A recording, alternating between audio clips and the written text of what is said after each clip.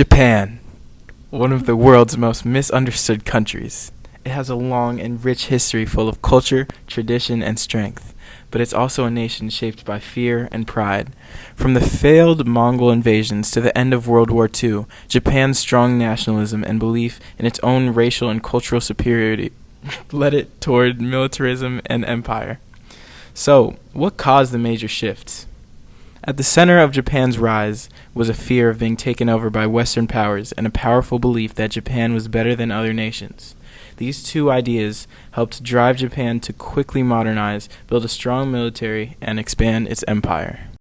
It all started in 1853 when Commodore Matthew Perry of the U.S. Navy arrived in Japan with huge black steamships. At the time, Japan had spent over 200 years closed off from the rest of the world to protect itself from foreign influence. This isolation kept Japan safe, while many of its neighbors, like China and parts of the Southeast Asia, were being taken over by Western empires. But Perry's ships made it clear that Japan couldn't stay isolated forever. Faced with the threat of American weapons and colonization, Japan signed the Treaty of Kanagawa in 1854, opening its ports to American trade and ending its long period of isolation. Instead of giving in to Western powers, Japan chose to fight back in a new way by changing itself. Many Japanese leaders realized they needed to modernize fast if they wanted to avoid being controlled by the West.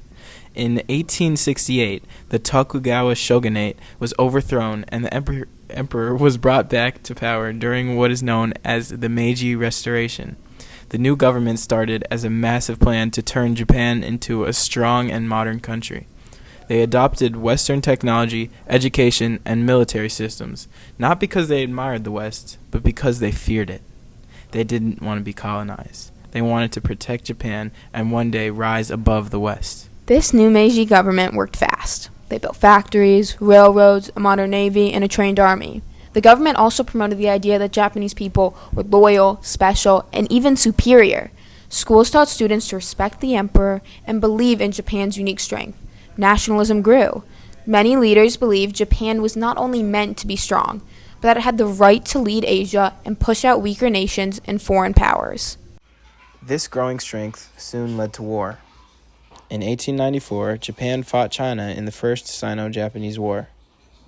The government said it was to protect Korea, but it wanted more land and power. Japan easily defeated China, shocking the world. For the first time, a modern Asian country beat a major regional empire. Japan gained control of Taiwan and became the main power in Korea. But even after this win, Japan was still not respected by the West. Russia, France, and Germany forced Japan to give up some of its rewards from this war. This made Japan angry and more determined than ever to prove itself through power. In 1904, Japan went to war again, this time with Russia in the Russo-Japanese War. Japan won again, proving it could beat a Western empire. This victory helped Japan feel stronger and more confident, but it didn't fix its frustration. Many Japanese still believed that the West didn't see them as equals. They started to believe that strength, not treaties or peace, was the only way to get respect. In 1902, Japan signed a military alliance with Britain. It was one of the few times Japan worked directly with a Western power. In 1914, Japan joined World War I on the side of the Allies. It took German colonies in China and the Pacific, and was expected to be treated as a world power after the war. But at the 1919 Paris Peace Conference, Japan's hopes were crushed. Japan asked for a racial equality clause to be added to the League of Nations, a promise that all races would be treated equally. But Britain and Australia refused. Japan's proposal was denied. This rejection was a turning point. Japan had worked hard to modernize and prove itself, but the West still saw it as inferior. Japanese leaders took this as proof that diplomacy wouldn't work. From now on, they would rely on force to earn respect. Economically, World War I helped Japan grow.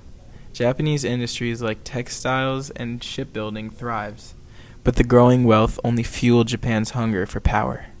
Military leaders and ultranationalists believed it was Japan's job to lead Asia. They thought Japan was racially and culturally better than its neighbors. The same fear that once pushed Japan to modernize now gave it a reason to conquer others. In 1931, Japan invaded Manchuria and set up a puppet state. The League of Nations spoke out against it, but no one did anything to stop Japan. That only made Japan believe even more in using violence to get what it wanted. By 1937, Japan launched a full invasion of China, starting the Second Sino-Japanese War. This war included brutal acts like the Nanjing Massacre. Japanese soldiers were taught they were freeing Asia from Chinese weakness and Western control, but in reality, they were creating their violent empire.